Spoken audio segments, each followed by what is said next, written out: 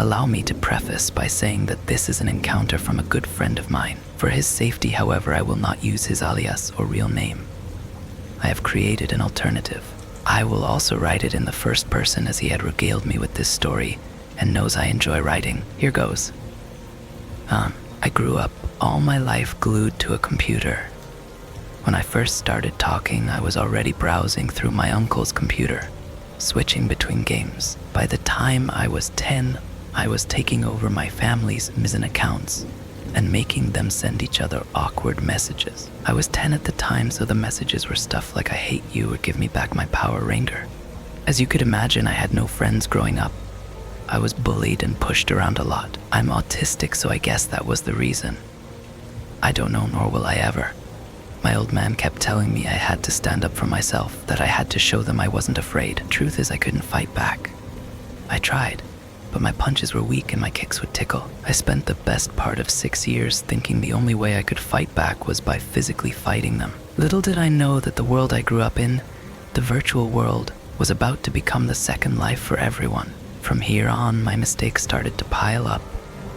I was 16. Everyone was using Facebook, Twitter, what was popular, people flocked to it. I had a main bully, as you could say, Brock. Brock was the definition of an asshole. I guess it made what I did to him easier to live with. Brock loved to brag. His girlfriend was hot, his figure was fit, and he was amazing at sports. His only downside was he was dumb as shit, and he hated anyone that excelled academically. Surprise, surprise, I was a smartass. I was incredibly good at solving problems. I guess that was the upside to my autism. He hated that and proceeded to make my life a living hell. I tried fighting back again using my weak body. Forgetting my strongest weapon was my mind. One day I was browsing Facebook and found Brock as a suggested friend. He was in my world and suddenly something clicked. I created a burn account, jazzed it up and made it look legit. I added Brock as a friend and proceeded to find out as much as I could about him. I found his girlfriend and added her too. I sent Brock an email from Facebook claiming his account had been compromised and to download a PDF file with all our security measures updated. Of course, to keep his account, he downloaded the document. Fool. I had access to his laptop and proceeded to find everything there was to know about him. I knew so much that at any point in time I could tell you where he was, what he was doing, and who he was doing it with. I had his laptop camera send me images every so often to know what he was up to. When his girlfriend came over, I was ready. I booted up my online dating application and started sending messages to Brock. "Hey baby, can't wait to see you tomorrow. Last week was a blast." I won't go into so much detail, but due to the fact that I knew what he was up to, it was easy to convince his girlfriend that his online babe was real. I didn't stop there. I downloaded on his laptop as much gay porn as I could find. At a time where homosexuality wasn't as accepted as it was today, you could imagine how his parents reacted to his fun drive. He didn't come back to school since then. My guess is he moved out of town. I don't know, I didn't care to look anymore. To me, that was a small victory, and I relished in it. Now I wish I'd have stopped there. Oh God, I wish I stopped there. But I was addicted. That feeling of justice being served by my hands was one I loved and wanted more. So I targeted criminals, the type that used the dark web to hide and spread their filth. For 4 years straight, I was a pain in their asses. Pedophiles, rapists, heavy drug dealers, you name it. If they were online, I was making their lives a living hell. I thought I was being smart. I thought I was hiding myself pretty well. But fuck, man. Something was following me every step of the way, and it would soon tell me. I woke up one morning as any normal day, made eggs and toast for breakfast with a glass of orange juice, booted up my desktop and browsed Reddit. The usual was on. Guys complaining that something was overpowered, something was underpowered. The game designers weren't listening. The usual morning chuckle. Then I heard a ping, the Facebook Messenger notification sound. Funny, I didn't open Facebook yet. Maybe I did and forgot. Wouldn't make sense as I rarely open Facebook. It was odd, but not enough to sound any major alarms. A message from someone I don't know. "Hey Danny, what's the weather like in Japan?" What the fuck? Whether in Japan, I'm on the other side of the world. The name read James Puckerson. On my other monitor, I started to go through his profile, trying to find any mutual friends. Someone I met in a party or something. I responded with sunny I hope. Anyone who knows me knows I hate the rain. I keep looking but nothing of interest pops up. James replies, "Ooh, a funny guy. Tell me, Danny, do you enjoy playing games?" At this point, I think he's referring to video games. Yeah, dude, what did you have in mind? League of Legends? Dota? I don't mind. Oh, Danny, I didn't mean one of those childish games. I mean a real game. You know, the type that involves putting one's life on the line. I let out a chuckle. Someone probably hacked my Facebook account, added this weird-ass account, and is now trolling me. This isn't a joke, Danny. I take these games extremely seriously. Okay, what? How did he know I laughed? Did he guess? There's no way he can see me. My camera isn't even plugged in. And how could he have gotten into my apartment? My Facebook profile had a fake address on it, and I never used my real address for anything, not even Amazon or eBay. This has to be a joke. I wrote, "Sure, dude, I'm bored as fuck anyway." I was buying time to try and find out where this son of a bitch was. I scoured everywhere trying to find any small clue to latch onto. Found something, kept going, and looked into it more, though eventually leading up to an address. When I looked at the address, I froze.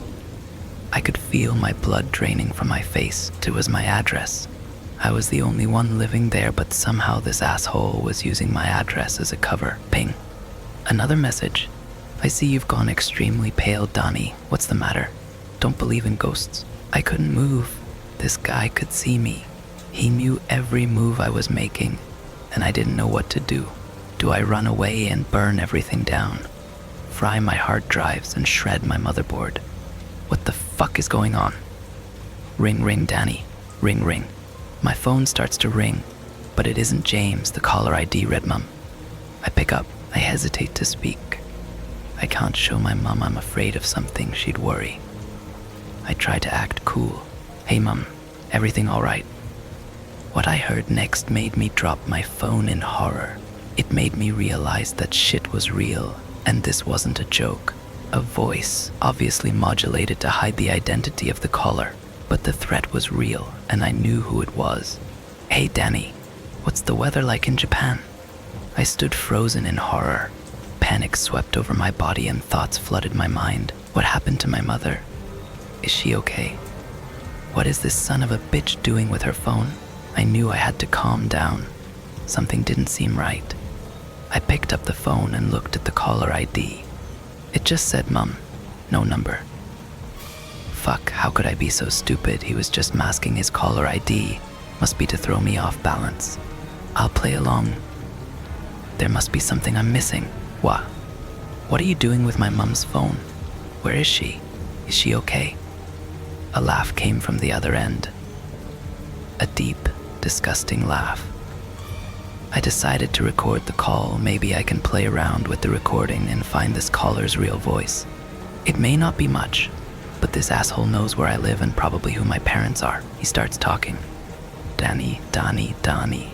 The safety of your mother depends on the outcome of our little game. I told you one's life is on the line, but I should have elaborated and said it shouldn't necessarily be the player's life. So, are you ready to play?" At this point, I had a thought. How can James see me? I have no cameras connected to the Wi-Fi. My desktop camera is disconnected, and I ripped out my laptop camera when I got the damn thing. Another option would be he broke into my apartment and installed cameras when I was out. But why would he risk getting caught like that? I may have cameras at home and catch him doing it. No, he must be using one of my devices. Doesn't seem like I have a choice, James. Let's fucking play. I braced myself for what he would say. We've all watched those horror movies. These games weren't exactly Mario Kart sort of level. Suddenly I knew. I wanted to throw myself from my apartment for how stupid I'd been. In my hand, I held the single device that had a camera and was connected to my Wi-Fi. My fucking phone. I didn't want to jump to the conclusion that that was the only camera that was being used. so I decided to test it. Before I do anything though, he begins to speak. Well, Donnie, I must say you've got balls. Most guys would have started to cry or beg me to stop. This will most certainly be fun. I've had enough of this shit. I start to test my theory. I started Googling shit like how to track a phone call and how to find cameras in a house. I wanted to see if he could see my screen, and sure enough, the confirmation came through. Oh, Donnie, it's cute you're still trying to fight back, but I can assure you, you will not be able to track this call and you will not find out how he can see you. Challenge accepted, dickhead. I angle my phone away from my bag and take out a USB dongle. If this asshole is on my Wi-Fi, I'm gonna make him think he's controlling all of my devices. I look for my laptop, whilst trying to make as little noise as possible, and again, angling the phone away from what I am doing. I find my laptop, boot it up, and plug my dongle into it. Yeah, well, I'm one tough son of a bitch, so when we playing James, and do go over the rules properly, yeah, I'd like to whoop your ass playing by your rules, dipshit. My strategy was to show no fear. In truth, I was terrified, but I knew the instant he smelled fear, he would have total control over me, and I'd fuck up and forget basic stuff like I had when this shit show first started. My laptop finished booting up. Excellent. I knew this fucker was using my network somehow, so I decided to hack my own network and see how he got in. Maybe he left something behind. The rules are simple, Donnie. You wanted to play judge, jury, and executioner. We are going to go through your history of white knight justice and see just how much of a hero you really are. Hero. There was a time when I thought I was a hero. Maybe it was when I made that child molester end his own life. I told myself I was a hero because he wouldn't hurt another child. In truth, was I a murderer? Was this my past coming to haunt me? No time to think about this. It isn't just my life on the line here. Everyone I care about is in danger and there's no time to be selfish. Hero, that's cute, James, but I've always known I was the devil. A necessary evil, but sure. Let's take a walk down memory lane. Maybe that will remind you who the fuck you're dealing with.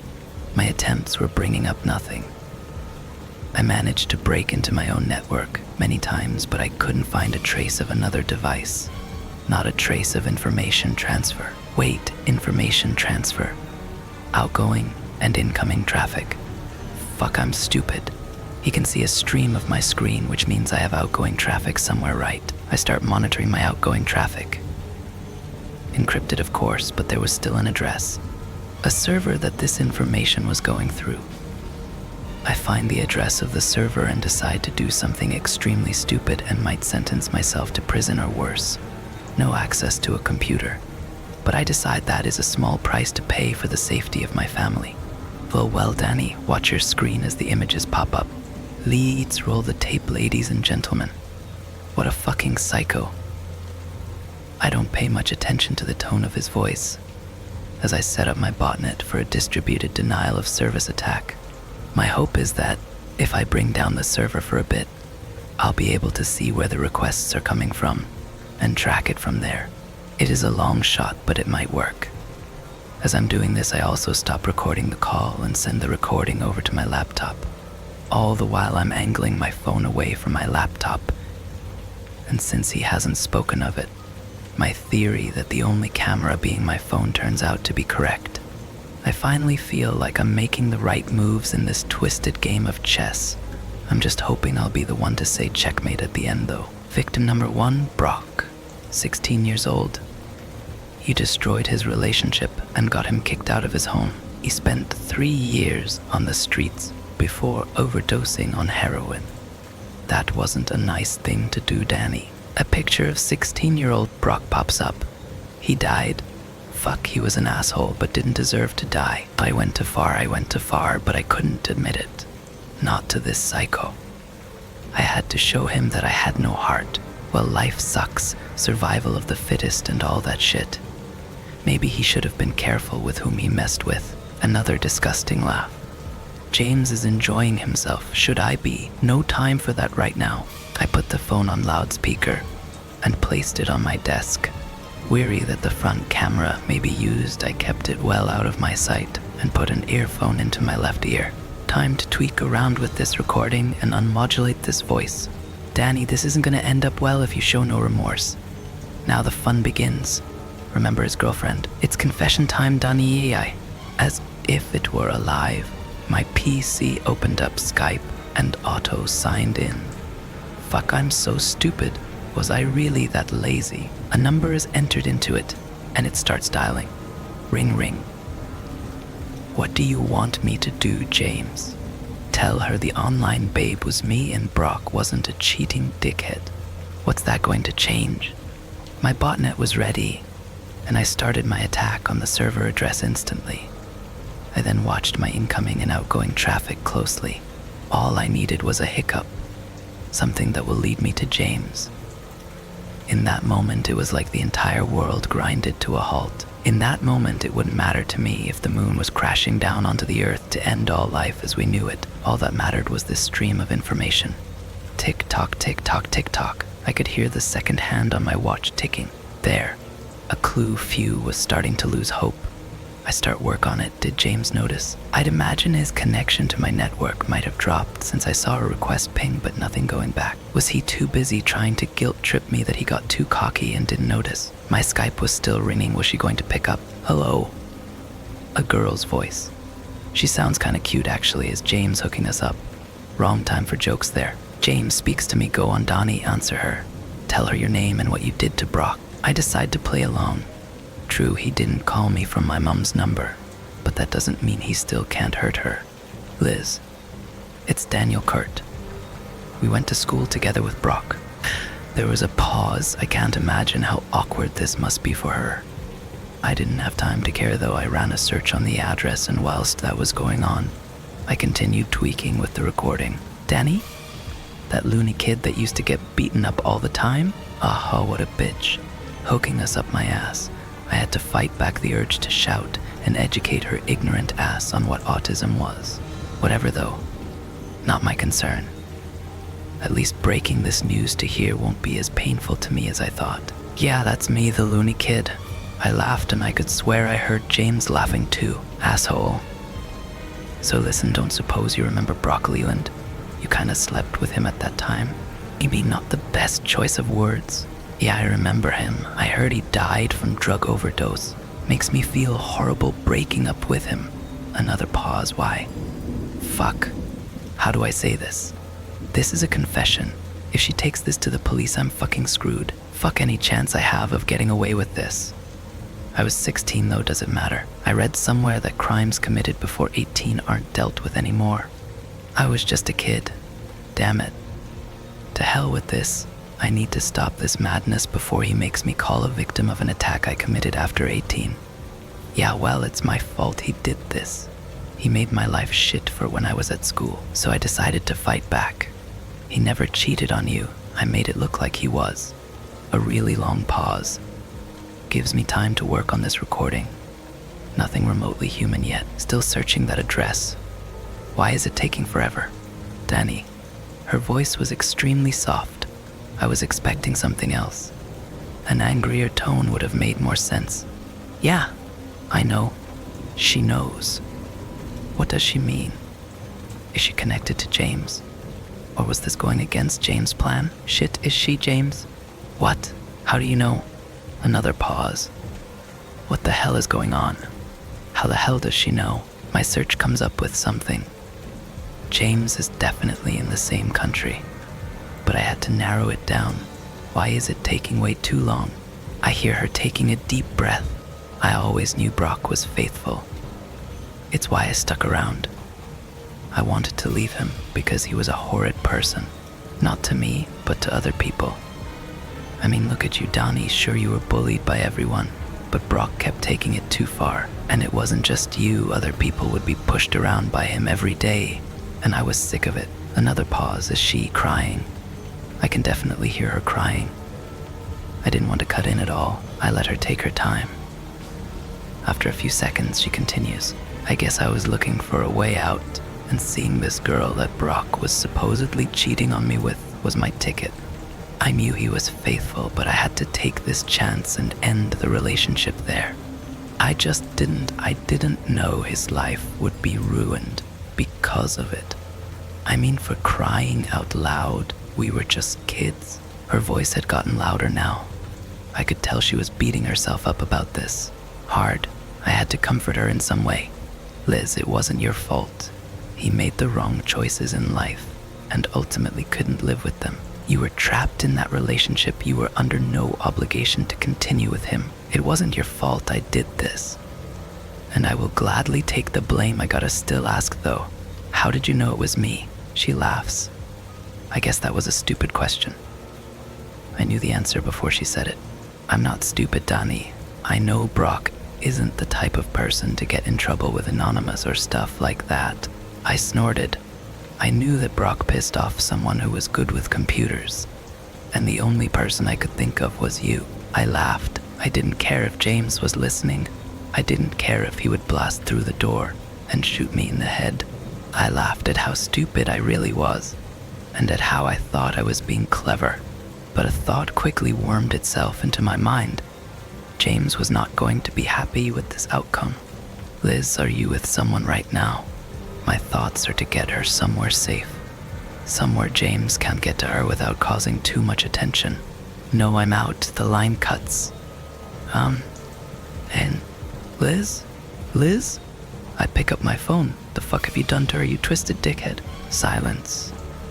Not a single noise. I looked at my phone, puzzled. We were still connected. Where the fuck did he go? This ain't the time for a toilet break.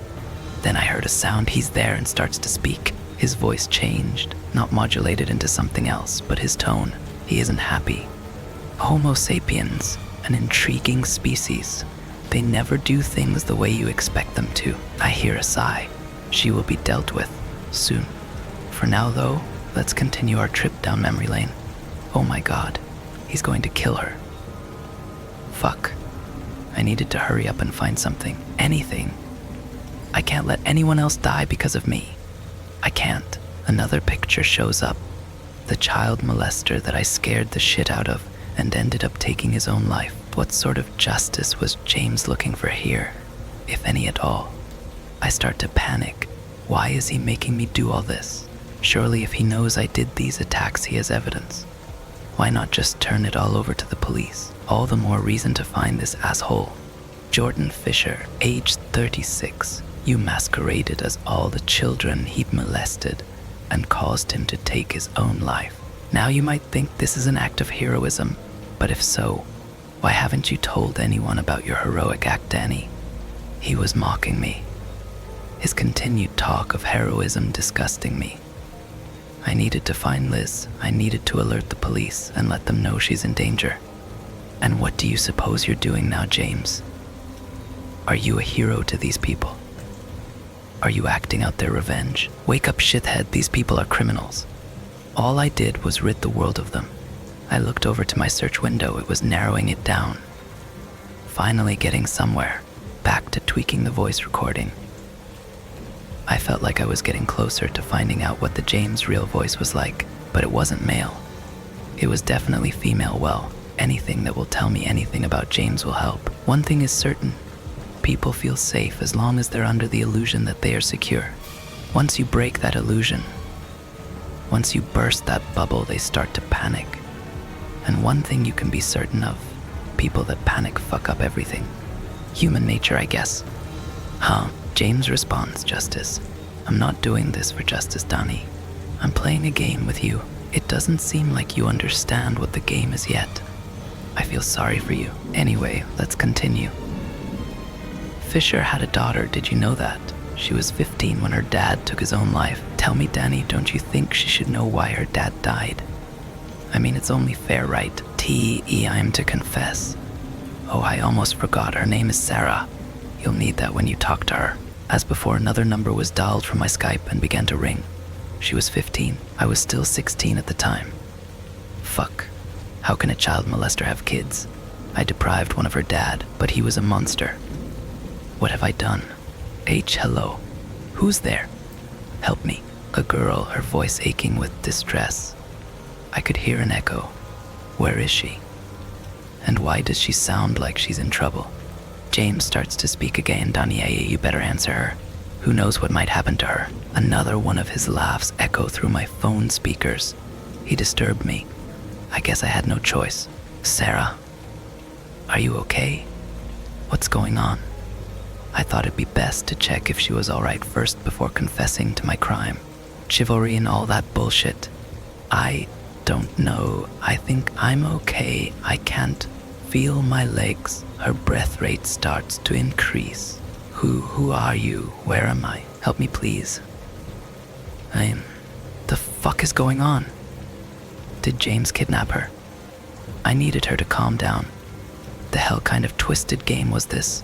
Just calm down, Sarah. Take deep breaths. Can you look around and tell me what you see? I turned to my phone. James was silent. I wasn't having it. It was time for some answers. Oh, James, what the hell is going on? What have you done to Liz and Sarah? James was quick to respond this time. 10 minutes, Danny, you have 10 minutes. Find them. I was just as quick to react. Screw trying to find James right now. There are innocent lives on the line here. I need to find them. I needed to trace Sarah's phone, and I had an idea how. Sarah responds before I could do anything. Aha. It's so dark in here. I see a camera on a stand in front of me. I'm in a chair, but I can't get up. I can't feel my legs. It's so dark here. Oh my God, what is going on? Damn it, he's probably using a burner phone. No good to me right now? Tracing it will take ages. Hang on, Sarah is 19. She has got to have a smartphone. Sarah, listen to me very carefully. I need you to feel your pockets. Do you have a smartphone? And if so, what is it? And is it on you? I hear a few groans. Whatever James did to her was painful. My guess was her legs were broken. Yes, I have my iPhone with me. It's not dead. Shall I call the police? She asks hesitantly, but I could tell from her tone she was happy she still had her phone on her. If she calls the police, she dies instantly. James snaps. If you don't want her to die, you have to find her yourself. Damn. I didn't intend to rely on the police anyway, but they would have helped. I need to find a way to explain to her just how dire the situation was without making her panic enough to call the police. I didn't think James would be happy with me telling her the conditions of our little game. My brain worked quick. Sarah, no need to call the police. I'm a Detective Haynes. I've been looking for you as you have been missing for a while. Now I need you to tell me what your iCloud username and password is. I'll track you using your Find My iPhone. I try to keep my voice calm. I didn't want to induce panic. She gives me her details and I log onto iCloud and look for her phone. Within a matter of seconds, it shows me the location of the phone. Not far from where I live, a 5-minute walk. Got her location, James, now let her go. I say fiercely. Another laugh. How the hell can someone enjoy this? Oh, Danny, I ask you to give her location. I asked you to find her. Run, Danny, but take your phone with you. We still have a lot to chat about. It dawned on me why she was so close, and why he gave me such a long time frame for an easy task. I had to physically find her. I dropped everything and ran. Before I left the apartment, I grabbed a small kitchen knife and wrapped it with a towel. I might need it, though I doubt it will do jack shit if a real threat shows itself. I run to the address as fast as I possibly could. At the time, I rarely exercised, and when I reached the address, I felt like dying. I saw a large building in front of me, at least 7 stories high. There were no bells to ring, so I banged the door as hard as I could. No reply. I didn't have time to waste. I tried to find a weak spot in the door. It was old, so that wasn't too hard. Remember how I didn't exercise? Well, try busting down a door when you struggle to open a jar of honey. I looked around for something to use. There were a couple of bricks lying around. I instantly grab one and throw it at the door, hoping that there isn't anyone on the other side. The brick just bounces off. I take it and start hitting the hinges of the door. After a few swings, it finally let loose. On hinge down, no time to celebrate. I keep hammering at the door until it finally breaks loose. Sarah, are you here? Can you hear me? I run inside and look around hastily.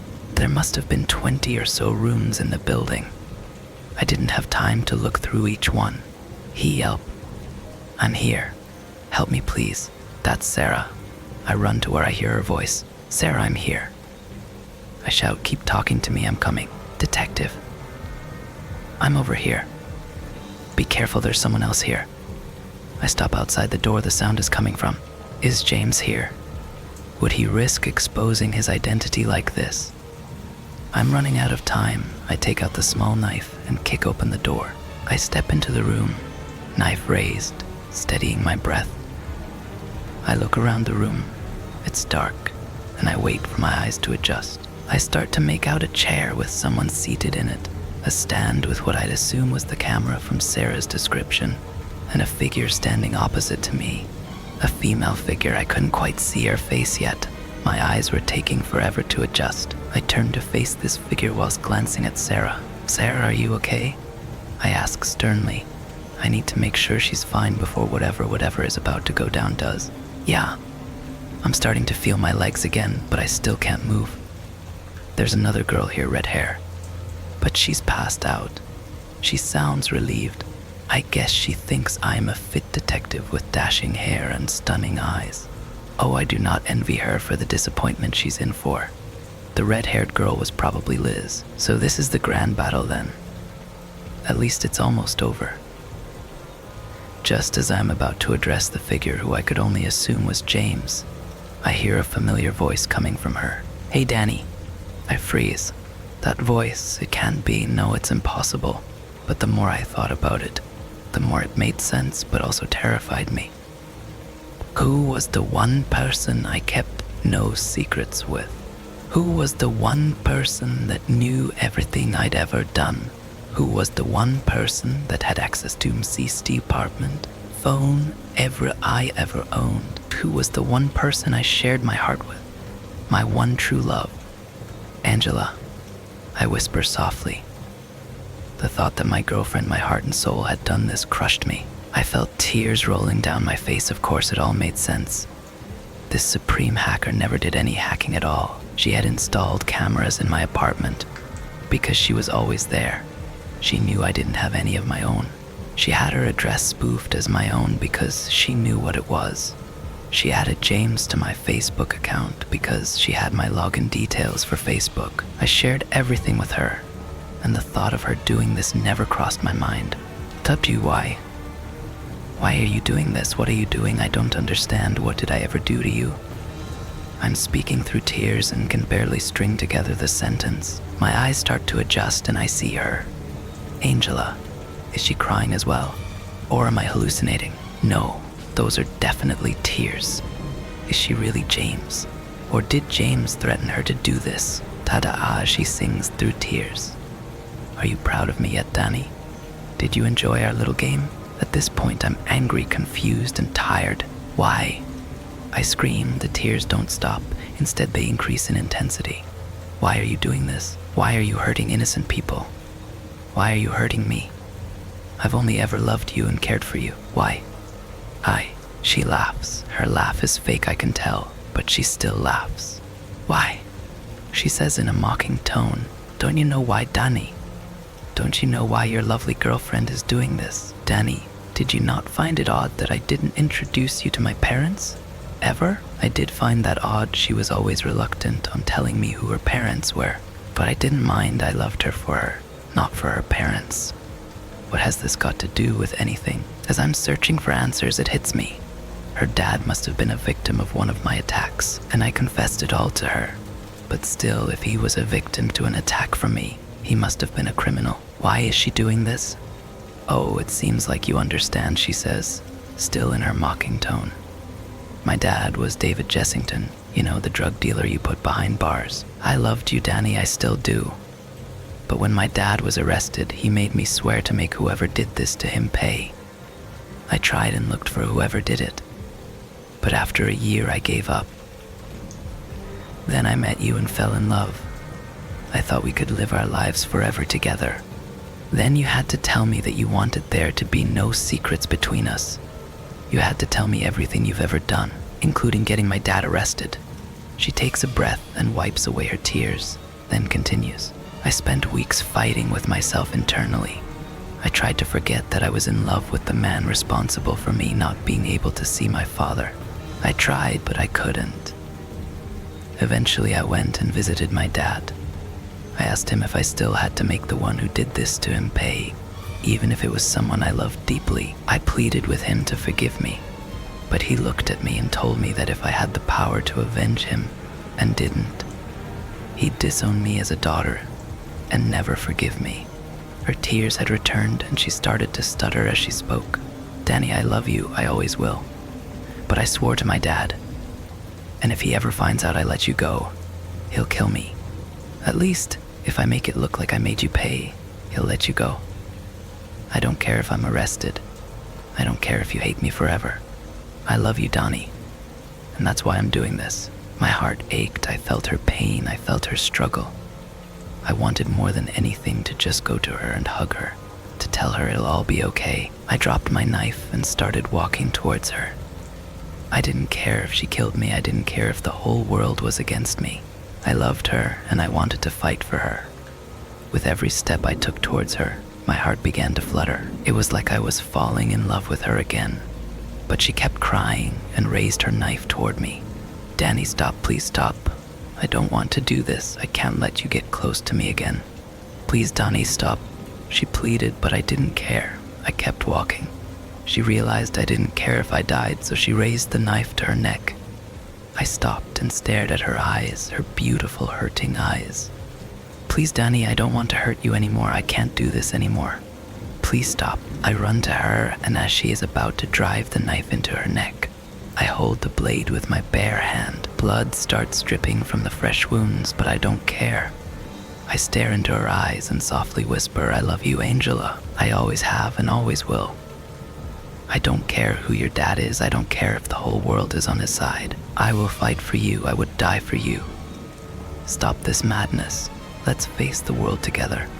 She continues to cry and drops the knife as I lean in to kiss her. I hear sirens in the background. Someone must have seen me breaking into the building and alerted the police. But I didn't care. I was in my own world, with the other half of my heart. What happened next was a blur. First it was the police, then it was an ambulance. Angela and I were arrested, but thanks to the witness reports by Liz and Sarah, I was released immediately. I attended Angela's hearing and she looked happy to see me there. Her sentence wasn't too long, less than her father's. But I didn't care. I promised her I'd fight with her until the end, and I meant every word. I keep visiting her, every time I get the chance. Each visit with a new gift. Each visit with more stories to tell each other. She will be out one day, and I will always be there for her. Once she comes out, we will move away. I'm working hard, taking every shift I can, earning every penny I can. I won't ever hack again. I won't ever take justice into my own hands again. Because even though I may have helped someone, I have also hurt another. And maybe they deserve it. Maybe what I did was right. But I am not justice. I have no right to claim to be. I have made some mistakes in the past. And maybe James was my justice. For now, though, I know what I must do. And I have my heart set on the path I have chosen. Maybe I made the wrong decision. Maybe I should have let her die and continued my vigilante run. Maybe there is no place far enough for us to run where her father can't cuss. But I don't care. My fight isn't over. It has only just begun. I am the writer to the why I stopped hacking. For good series, and I'd like to apologize. I'd like to apologize to my readers for a rushed ending. I'd returned home and back to work, and felt like I had to post the ending. Asabaju all that much. I guess I should have kept you waiting, but polished it up better to make the ending as good as the first 3 chapters. I'd also like to apologize for the Deus Ex Machina ending. I didn't mention the girlfriend at all and that she'd frequented Danny's home because I thought it would be insanely obvious that she would be James. But I guess that was foolish thinking on my part and the mistakes of a new writer. Oh, I shall strive to make the rest of my writing to be better and learn from this. As for what I shall do next, I shall continue to write cyber mystery as I think those are my strong suits. As to where I shall post them, I'm not sure they are horror enough to be posted in no sleep. Not sure, maybe they are and I don't know it yet. I'll write in the meantime bigger chapters with more fleshed out characters and no Deus Ex Machina endings. Thank you for reading my series and I apologize for a disappointing ending. Next story. But my dead girlfriend keeps messaging me on Facebook. I've got the screenshots. I don't know what to do. Tonight's kind of a catalyst for this post. I just received another message, and it's worse than any of the others. My girlfriend died on the 7th of August, 2012.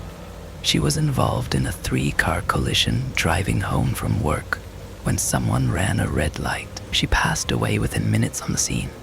We had been dating for 5 years at that point. She wasn't big on the idea of marriage, it felt archaic.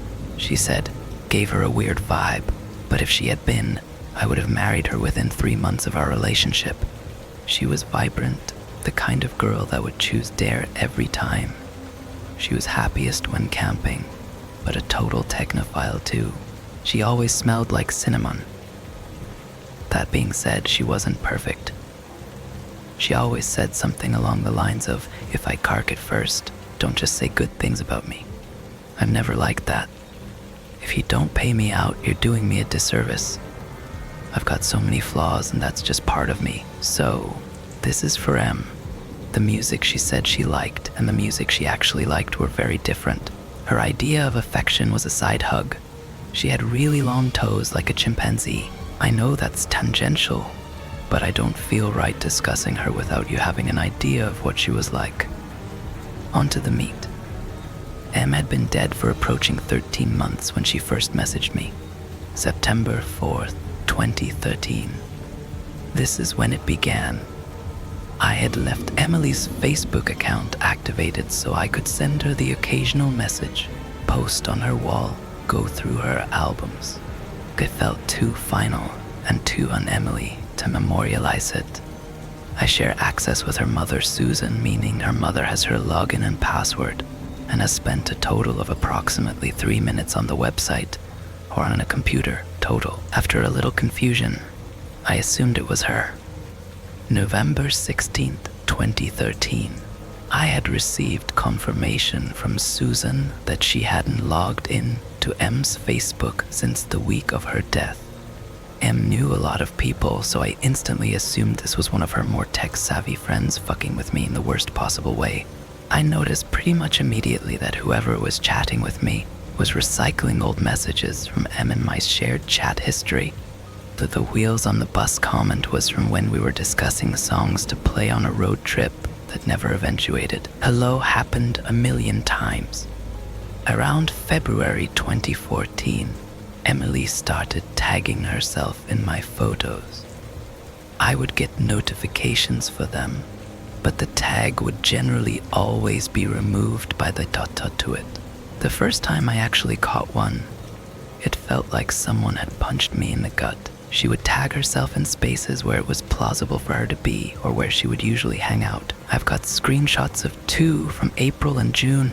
These are the only ones I've caught, so they're a little out of the timeline I'm trying to write out. tet:/i.imgur.com/x9g5aj.ping @:/i.imgur.com/55vuxcat.ping.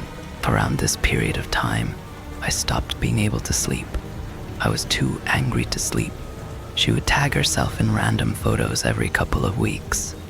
The friends who noticed and said something thought it was a fucked up bug. I found out recently that there have been friends who have noticed and didn't say anything. Some of them have removed me from their Facebook friends list. At this point, some of you may be wondering why I didn't just kill my Facebook profile. I wish I had. I did for a little while. On days when I can't get out there, though, it's nice having my friends available to chat. It's nice visiting M's page when the little green circle isn't next to her name. I was already socially reclusive when M was alive. Her death turned me into something pretty close to a hermit. And Facebook and MMOs are my only real social outlets. On March 15th, I sent what I assumed was M's hacker a message. On March 25th, I received an answer. It wasn't until I was going over these logs a few months later that I noticed she was recalling my own words as well. My response seems kind of lackluster here. I was intentionally providing her with emotional bait. This is actually devastating, to keep them interested in their game. I was working off the assumption that the kind of person to do this would be the kind of person that would thrive on the distress of others. I was posting in tech forums, looking for ways to track this person, contacting Facebook. I needed to keep them around so I could gather evidence. Before anyone asks, yes, I had changed the password and all security info countless times. 16th of April, I received this. This seems like word salad, like all our conversations so far. It's recycled from previous messages she sent. 29th of April. I hadn't discovered any leads. Facebook had told me the locations her page had been accessed from, but since her death, they're all places I can account for: my home, my work, her mom's house, etc. My response here wasn't bait. You ask Nathan wasn't in joke too lame, worth explaining, but seeing her say it again just absolutely fucking crippled me. My reaction in real life was much less prettier. I'm not expecting my bond back. Her last few messages had started to scare me, but I wouldn't admit it at this point. 8th of May. I don't really have the words for this. Friesen G is the first original word she's made. This has given me nightmares that have only started to kick in recently. I keep dreaming that she's in an ice-cold car, frozen blue and gray, and I'm standing outside in the warmth screaming at her to open the door. She doesn't even realize I'm there. Sometimes her legs are outside with me. 24th of May. I wasn't actually drunk. She wasn't an affectionate girl, and it always embarrassed her to exchange I love yous, cuddle, talk about how much we meant to each other. She was more comfortable with it when I was boozed up. I got fake drunk a lot. Her reply is what prompted me to finally memorialize her page, thinking it might help curb this behavior. It might seem innocuous compared to her previous message. It's pasted from an old conversation where I was trying to convince her to let me drive her home from a friend's. In the collision, the dashboard had crushed her. She was severed in a diagonal line from her right hip to midway down her left thigh. One of her legs was found tucked under the backseat. Going back in time, 7th of August, 2012. These are logs from the day she died. She was usually home from work by 4:30. This, alongside a couple of voicemail messages, is the last time I talked to her under the assumption that she was alive. You'll see why I'm showing you these soon. Yesterday, 1st of July, 2014, I memorialized her page a couple of days after I received the message about walking. Until today, she'd been quiet. She wasn't even tagging herself in my photos. I don't know what to do anymore. Do I kill her memorial page? What if it is her? I want to puke. I don't know what's happening. I just heard a Facebook alert. I'm too afraid to swap windows and check it.